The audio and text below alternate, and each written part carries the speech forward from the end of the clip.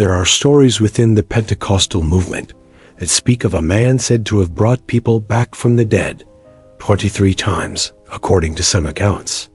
His name is Smith Wigglesworth, and for decades he was regarded as one of the greatest names associated with miracles and divine healing in the history of the Christian faith. But that's not the story you're going to hear today. Because before any answered prayer, before any crowd, there was a man who couldn't read. A poor plumber from Yorkshire who depended on his own wife to lead the ministry, because she was the one who preached and he was the one who stayed behind the scenes.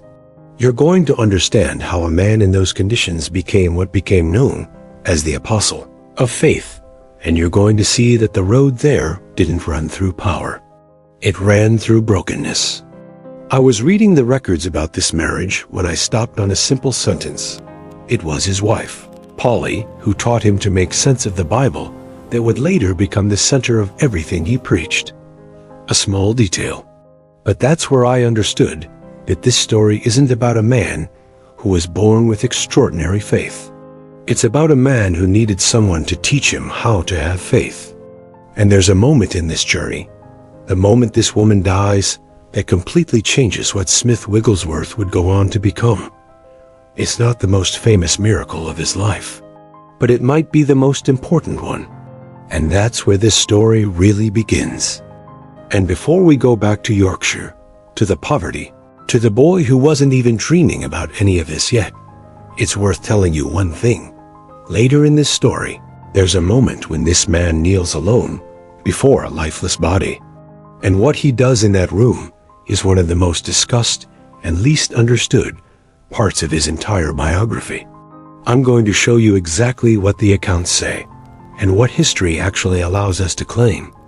If you like real stories of faith about people who really existed, with sources, with context, no embellishment, this is the kind of content that goes up here every Monday, Wednesday, and Friday. It's worth subscribing, and if this beginning has already moved you, drop a like. Now let's go back to the beginning. Because to understand the man who knelt in that room, you first need to meet the plumber who couldn't even read. Yorkshire, England, June 10th, 1859. That's where this story begins. Not with a pulpit, not with a crowd. It begins in a poor home, in a family that could barely support itself. Smith Wigglesworth was born into these conditions. And poverty wasn't a passing detail of his childhood. It was what defined practically everything that came after. While other children of that time had at least some access to school, Smith had to work from a very young age. There was no time left over for studying. There was no money left over for it either. And the result was simple, direct, almost embarrassing when you stop to think about what this name would come to represent later. Smith Wigglesworth reached adulthood without knowing how to read properly. Hold on to that, because it's going to matter a great deal later on. As a child, he had a conversion experience within the Methodist environment.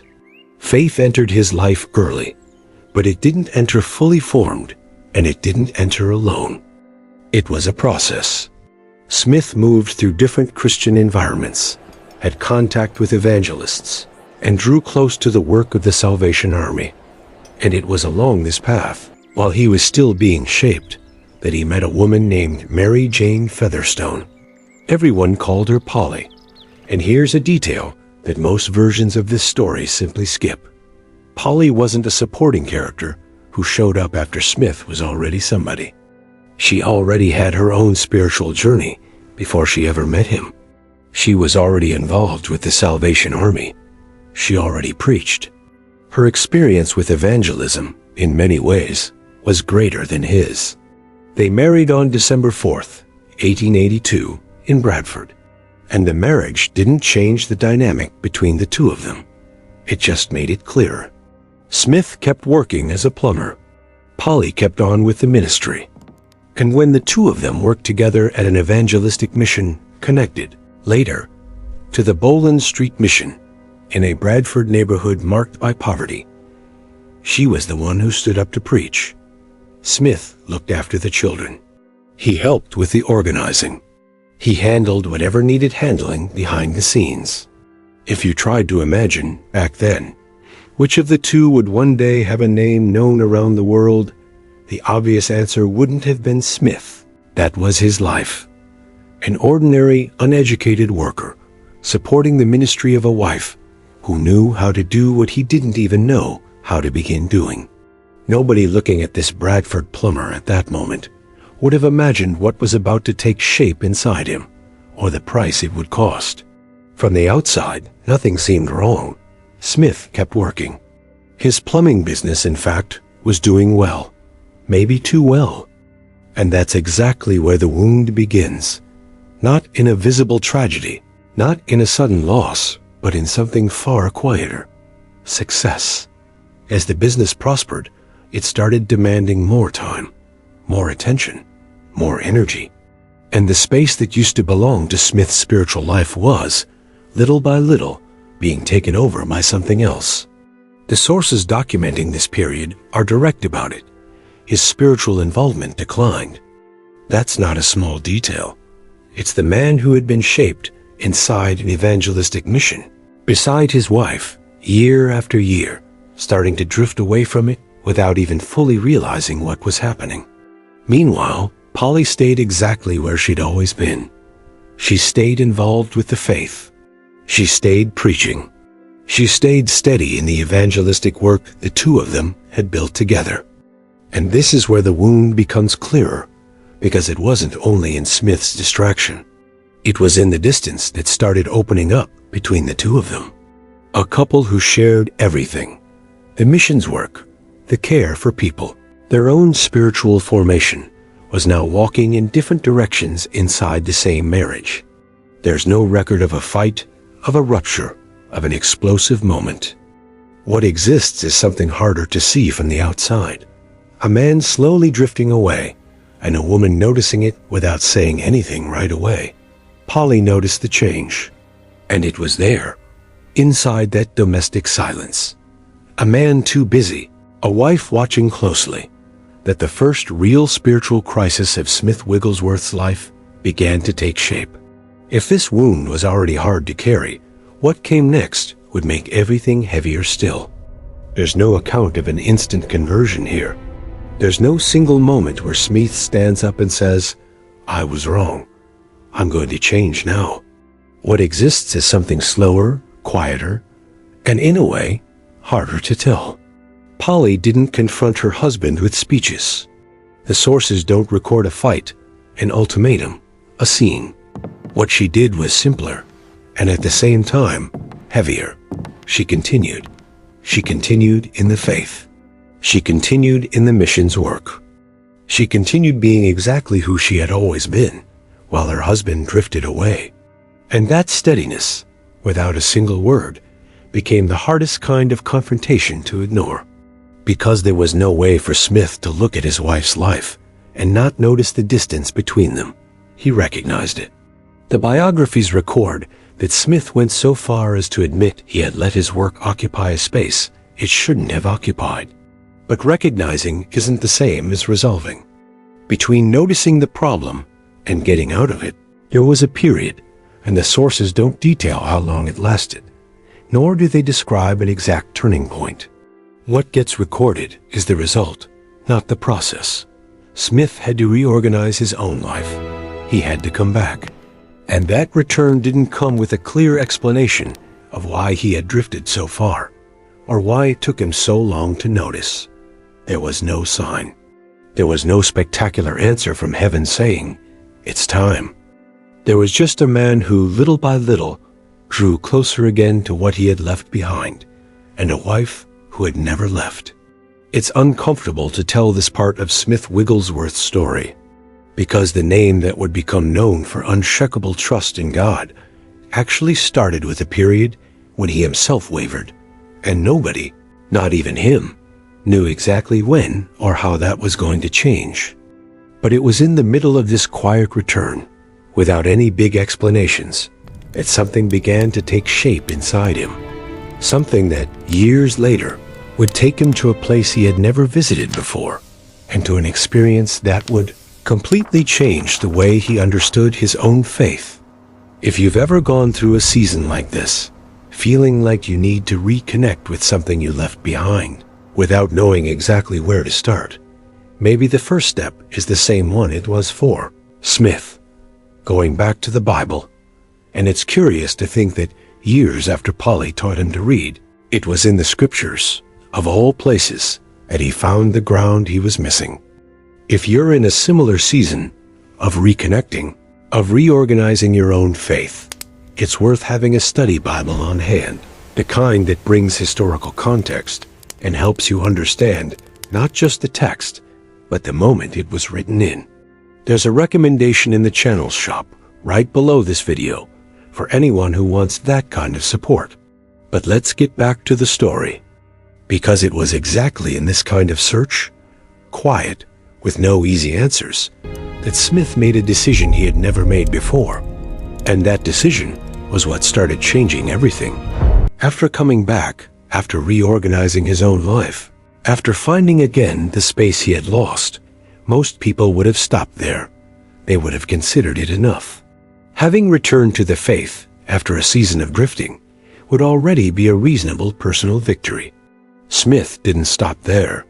He started drawing closer to teachings on divine healing, attending meetings where people gave testimonies about healing by faith.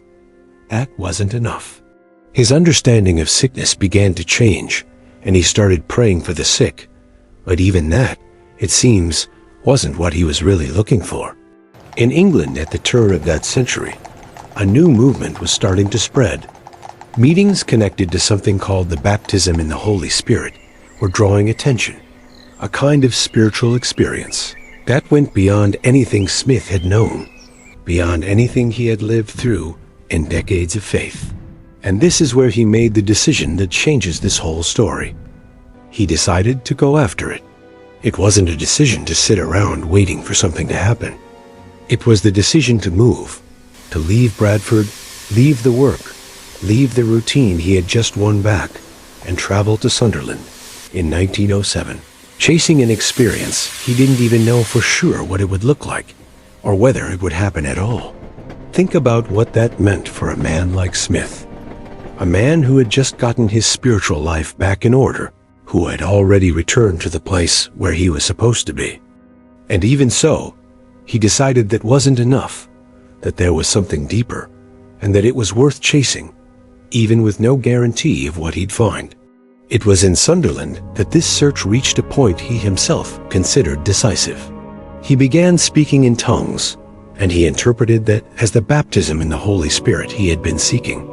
From that point on, the way Smith understood his own ministry changed. It wasn't a bolt out of a clear sky.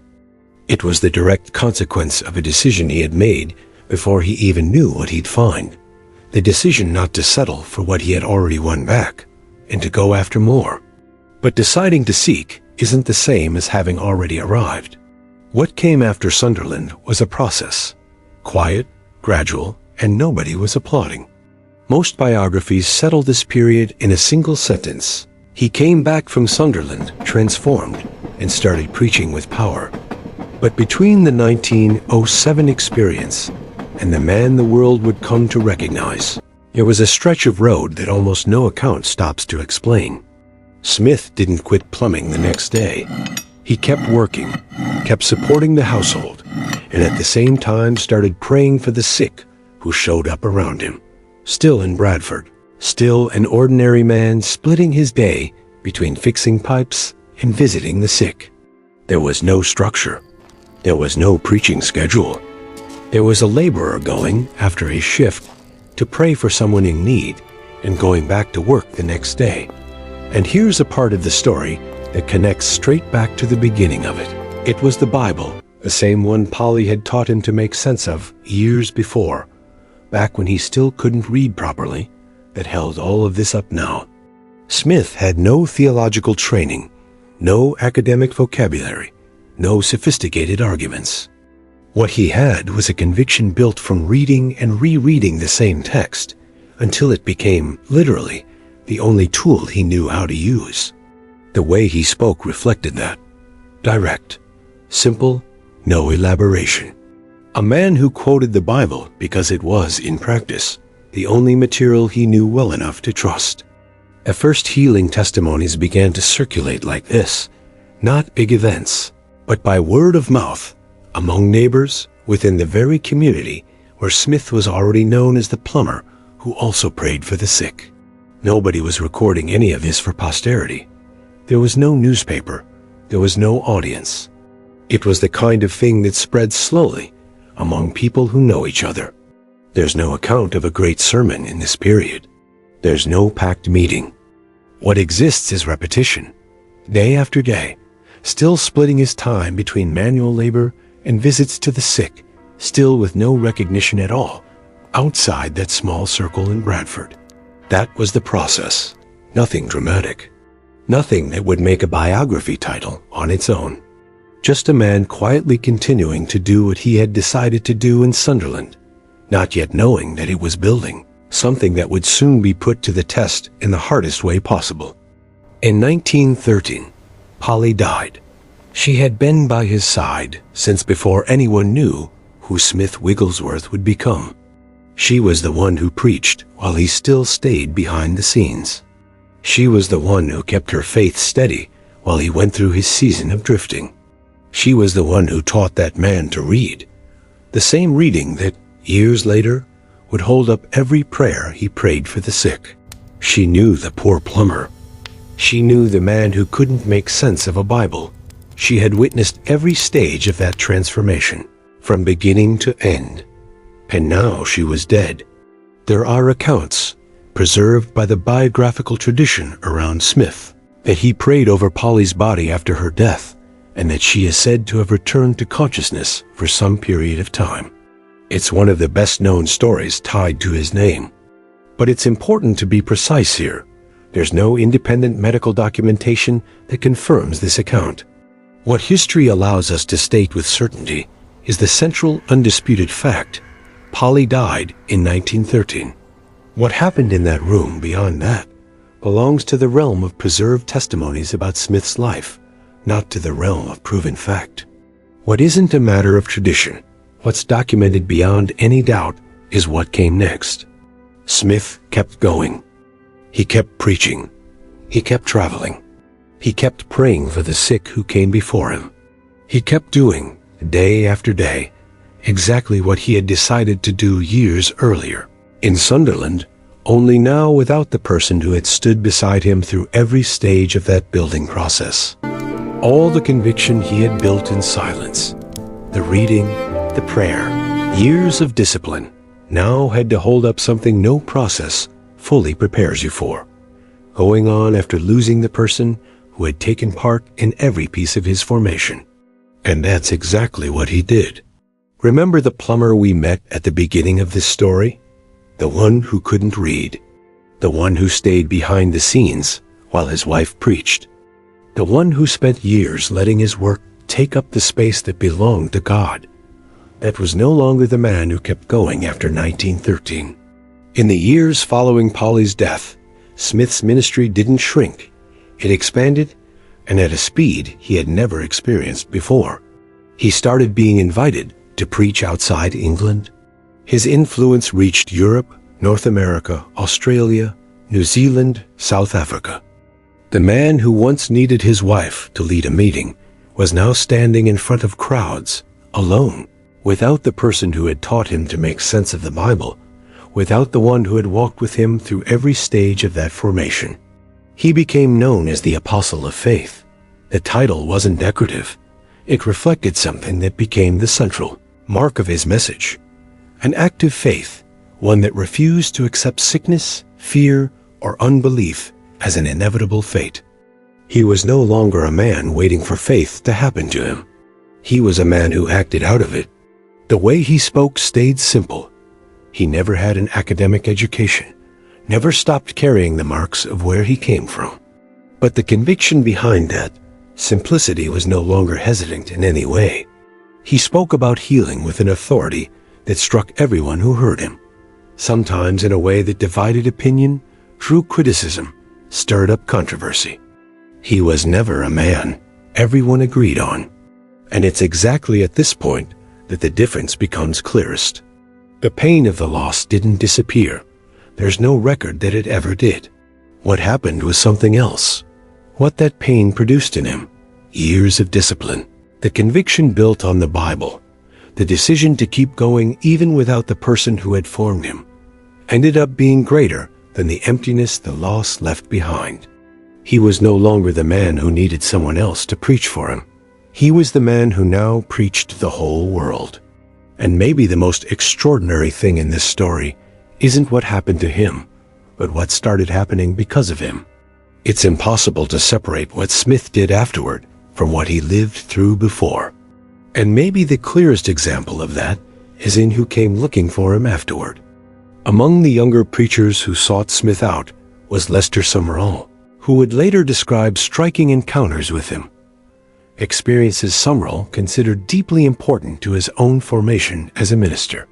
A man who, decades earlier, had depended on his wife to lead a meeting, was now being sought out by others who wanted to learn from him. Smith's meetings continued to be associated with numerous healing testimonies, recorded in periodicals connected to the Pentecostal movement of the time. Sick people were brought to wherever he was. Some testimonies claimed to have received healing after his prayers. It's important to be precise here. These accounts need to be distinguished from independent medical proof.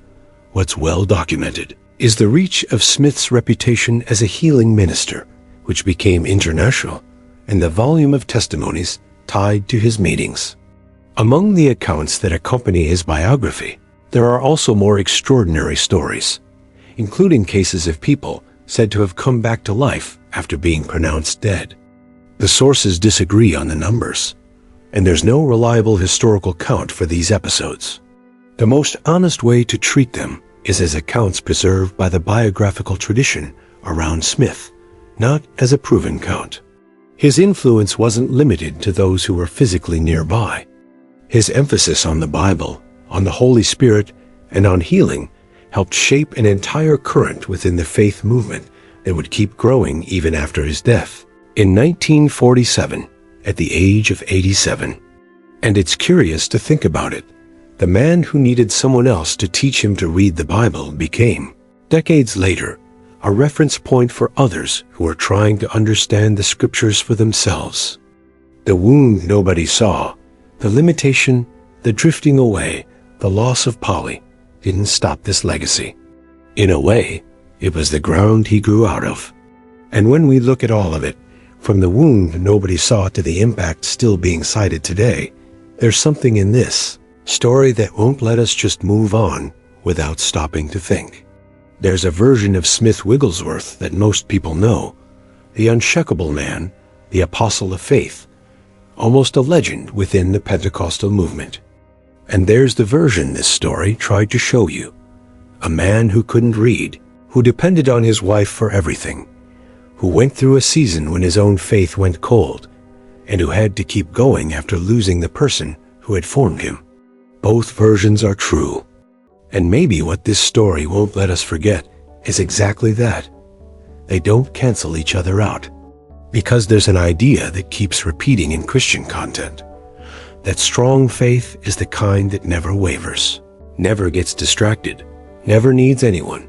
Smith's life tells a different story. His faith grew precisely inside the difficulty, inside the limitation of not knowing how to read, inside the season when he drifted away, inside a loss he never chose and never fully got over. And there's another detail it's hard to forget once you know this whole story. Before the world knew who Smith Wigglesworth was, Polly already knew.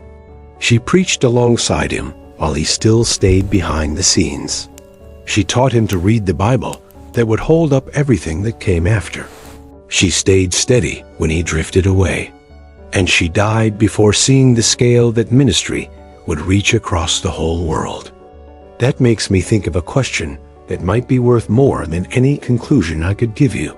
When was the last time you made an important decision about your faith away from any audience, with nobody applauding, with nobody even knowing? Because that's what this story seems to insist on showing. What got recorded, what impresses us, what made it across generations, wasn't born in the moment Smith stood in front of crowds. It was born before that, in the silence, in the process nobody saw, in the decision he made alone, not yet knowing what it would cost him. Behind every revival, there's a story few people know. And Smith Wigglesworth's begins long before the miracles. It begins with a man who needed to be broken before he could be used. The man you met at the beginning of this story was a poor plumber who couldn't read, who lived in the shadow of his own wife's ministry. The man who came out the other side of it, preached on 5 continents, was sought out by other ministers who wanted to learn from him, and left a name still cited today within the faith and healing movement. Between the one and the other, there was no shortcut. There was brokenness. If this story stirred up a desire in you to learn more about Smith Wigglesworth's life, the details that didn't fit in a single video, the writings he left behind, the full accounts from those who knew him, there's material available in the channel shop, right below, for anyone who wants to keep going deeper into this journey. I wanted to ask you something before we close. Which part of this story hit you the hardest? The season when he drifted away? A decision to chase Sunderland without knowing what he'd find? Or what happened after he lost Polly? Tell me in the comments.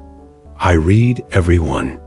And if you know someone going through a season like the one Smith lived, a silence, a waiting, a rebuilding that nobody's seeing from the outside, consider sending this video to them. Sometimes that's all it's missing. Knowing that someone else has walked through the valley too and come out the other side. Here we tell, every Monday, Wednesday, and Friday, real stories of people who left their mark on Christianity, not for the miracles they performed, but for what they had to face before them. If you want to keep following this kind of story, now's the time to subscribe. Thank you for staying until the end. I mean it.